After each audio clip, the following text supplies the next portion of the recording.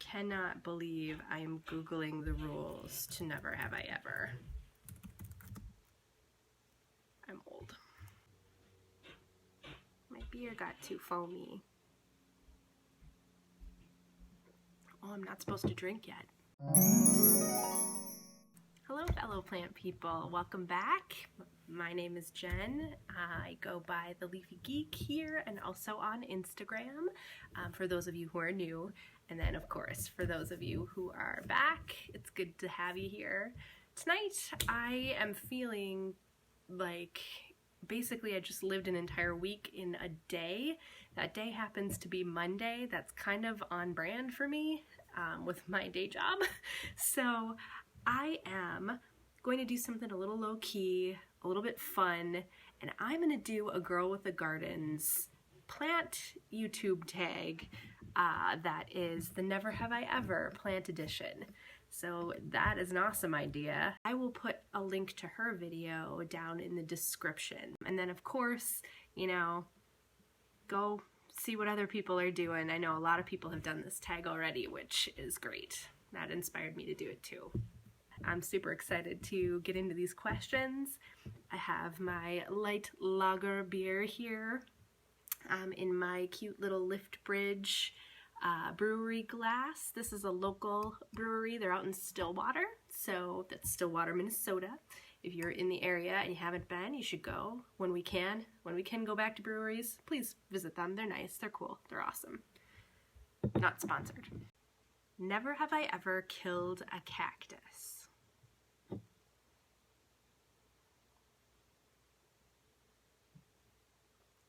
Honestly though, who hasn't at this point? I think cacti are so hard.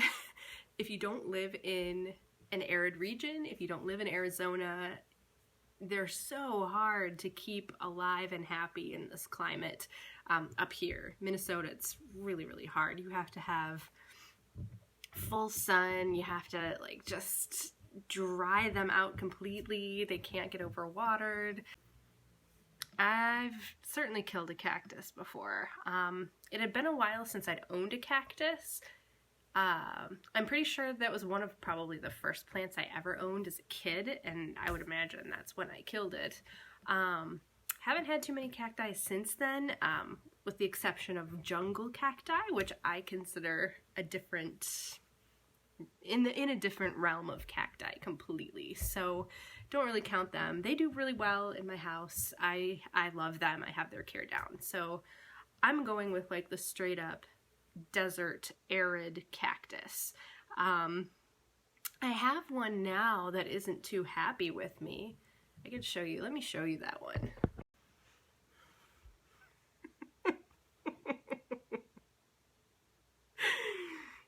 He's just been perpetually pissed off at me since it came into my home.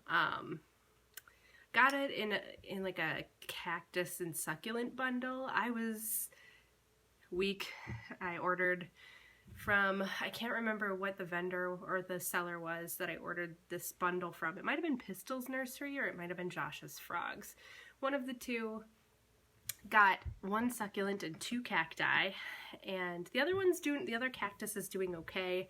This one's just mad. It's not getting what it needs. I don't know what to do. He's just really not happy. Definitely stretching. That indicates not enough light. I hardly water it. I can kind of see maybe it does need a little bit of water right now because it's definitely super teeny. If you guys have tips on what the heck I can do to make this happy, let me know. Poor little cactus. Off to a great start. Never have I ever took a plant cutting that was on the ground of a plant nursery. I have never done that. Yeah, I haven't done it. I don't really particularly want to do that. If something's on the floor, I think it's just kind of off limits. I've never done it. 3, never have I ever spent more than $100 on one plant. That's sip. I'm gonna take a little sip and I'll tell you why in a second. Okay, generally the most that I've paid for an individual plant has been around like the $50 mark. I don't know, I've not hit the $100 mark for one single plant at this point. Usually, especially when I'm looking for kind of the rarer Hoya, I get those. They're fairly small plants. They're usually less than a 4-inch pot, and they are kind of in that frame, you know, for the rarer the Hoya, the harder to find the Hoya, the more expensive it's going to be. But I don't think I've ever paid more than $50 for one single plant. That doesn't include like a whole plant order where I'm ordering several plants. I've well crossed that $100 threshold for a plant order or 2 or 10. But I can tell you that I have paid quite a bit for an unrooted cutting. So that kind of fits into this question, kind of not, but it kind of does. It was an unrooted Hoya cutting, 2 cuttings actually. They were $30 each for unrooted. They were billed as 2-node cuttings of Hoya polyneura, and so I got 2 of them. They were actually only 1 node when I got them, so I paid $30 for something I wasn't sure was gonna root. And ooh, show and tell again. I'll show you what that looks like now. Going from 2 like unrooted, completely unrooted, 1-node cuttings to this beautiful little planty poo. Yeah, lots of new growth points on it. Both cuttings rooted by some miracle, and they are growing. This one developed a new offshoot here, new growth point. So I was gonna be fine with just two trailing vines of this thing, but I'm getting a bonus in there. Love this plant. For me, it's kind of worth what I paid, just because I got the privilege of seeing this thing take off and grow. I feel like a legitimate plant mom because I successfully made this thing happen. So that is my answer for number 3, and that is why I took a small sip. Question 4. Never have I ever bought a plant just because it was trending on Instagram. I don't think I've done that. I use Instagram as kind of a tool to see, you know, where people are finding some of the plants that I am interested in. My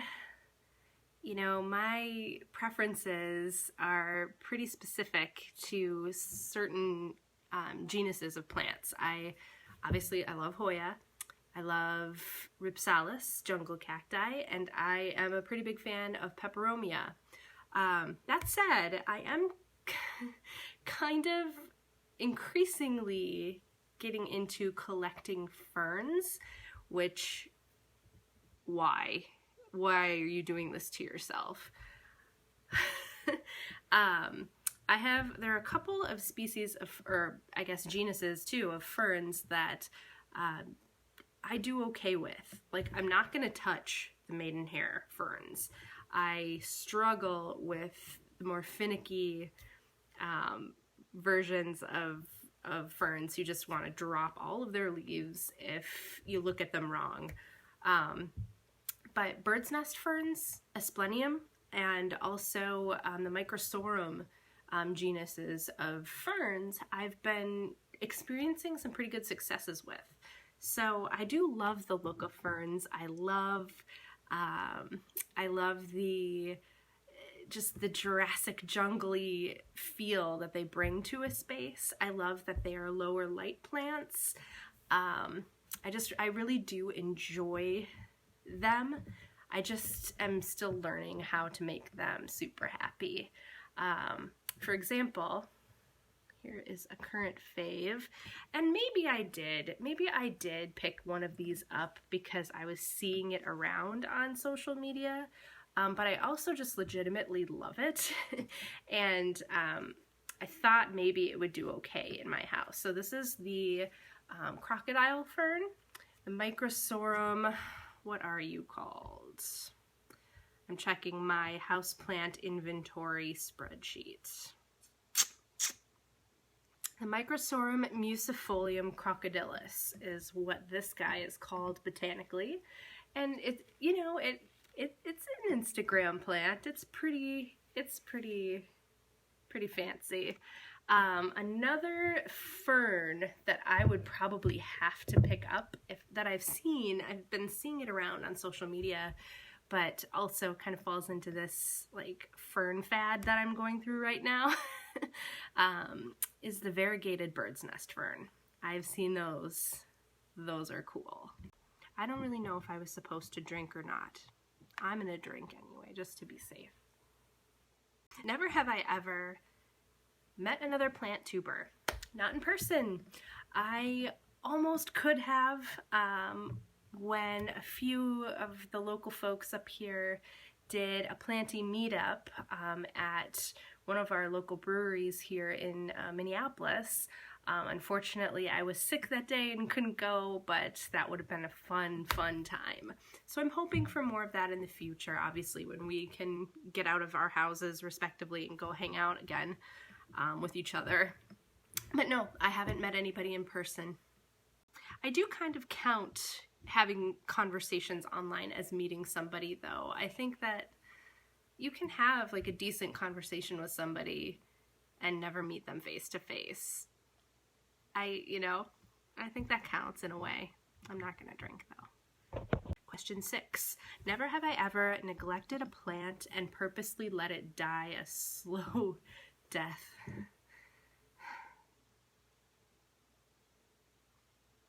Yeah,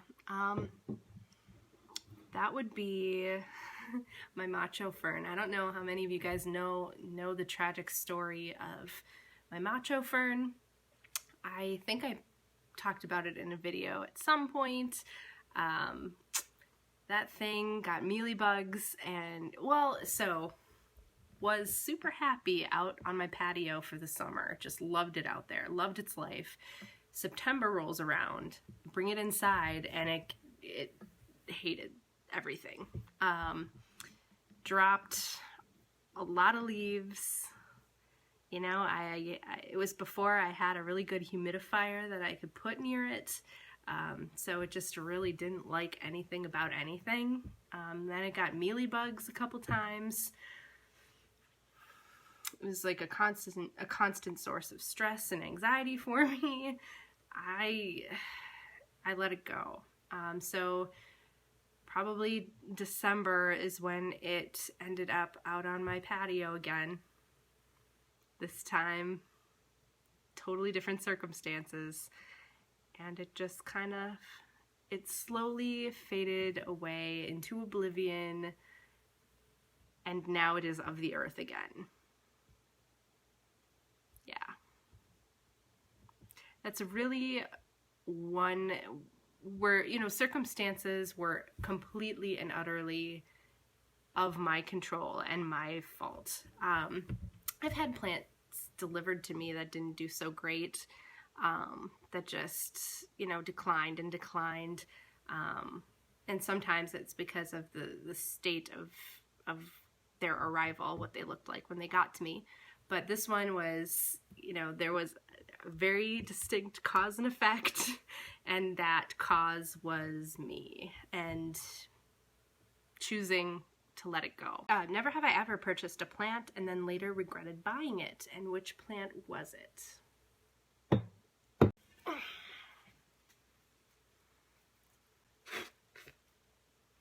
This one. Ponytail palm. Never have I ever bargained with a plant seller on a sale of a plant. I have not done that, actually. I have just kind of paid for the plants that I found.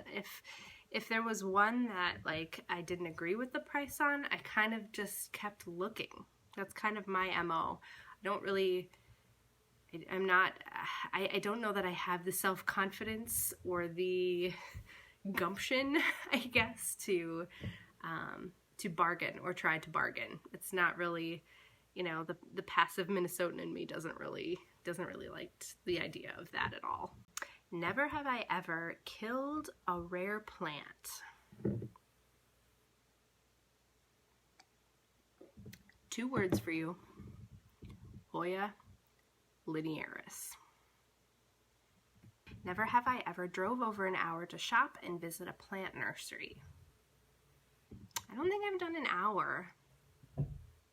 Probably close, because if I want to get anywhere in the cities from where I live, it's probably minimum about 40 minutes. So I guess close enough. Never have I ever bought a plant that was so large I could barely fit it in my car.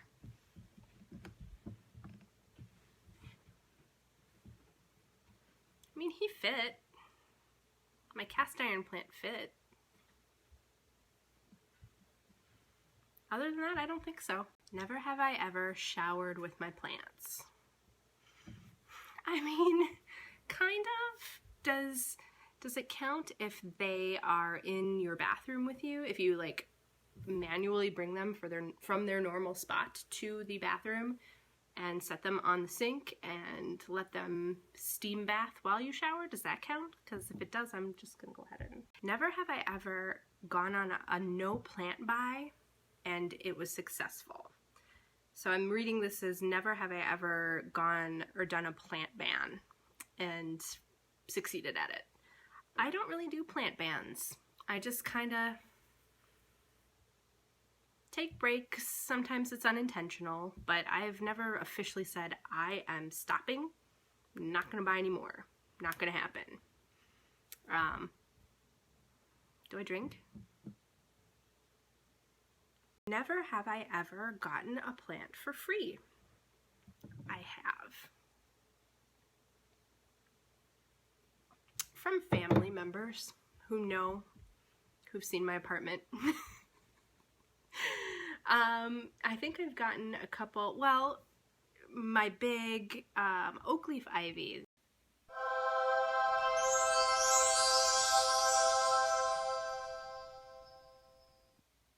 I inherited that one from my grandma, so that was free. I love that plant. It's awesome. So yeah, I've definitely gotten a plant for free, at least one. Never have I ever bought a plant as a gift for someone else, but then decided to keep it for myself instead. I mean, who hasn't done that? I feel like we've all done that. I'm sure there are quite a few. Or there's a few that, like, I've taken cuttings of, specifically of my Hoya, that I've taken cuttings of, being like, oh yeah, now I can give this to a friend. This will be a great gift. This is perfect. And then they root really well, and I get them into a cute little pot of their own, or I decide I might just add this back to the big plant and make a bigger plant, fill that out a little bit. That's usually what happens. Never have I ever sold a plant online. I have not. I don't do that. I just buy them. Never have I ever deleted mean or inappropriate comments on YouTube. I've not done that either. Fortunately, I'm still relatively new to the tube. I have, as of last count, like 57 followers, which is yay, hi guys. But they seem to be pretty nice people. And like, I haven't had to lay the smack down on anybody. That's not to say that I wouldn't. I definitely would if people were being jerks. Just don't be a jerk. Easy peasy. I have deleted comments from a bot. Do you guys know Tom? Tom the bot? Comments on like every single one of my videos for a while, and then finally I was like, never have I ever bought a plant with the intent of propagating its cuttings for sale. Kind of goes back to what I was saying. I have not like bought a plant, like gone out and purchased a plant with the intention of taking cuttings from it to propagate and make more money from. I've never done that. I have taken cuttings thinking that I was going to be giving them to people, to friends, family, whatever, and then failing miserably to do that. So No, I haven't bought a plant with the intention of making more money off of that plant. Never have I ever gone to a big box store and not gone to the garden center. Yes. Drink. Drink. I don't know that I've ever gone to a big box store with any other purpose but to go to the garden center. Yeah. And number 20, never have I ever met some of my followers in person. I don't think I have yet. I mean, you know, there are 57 of you.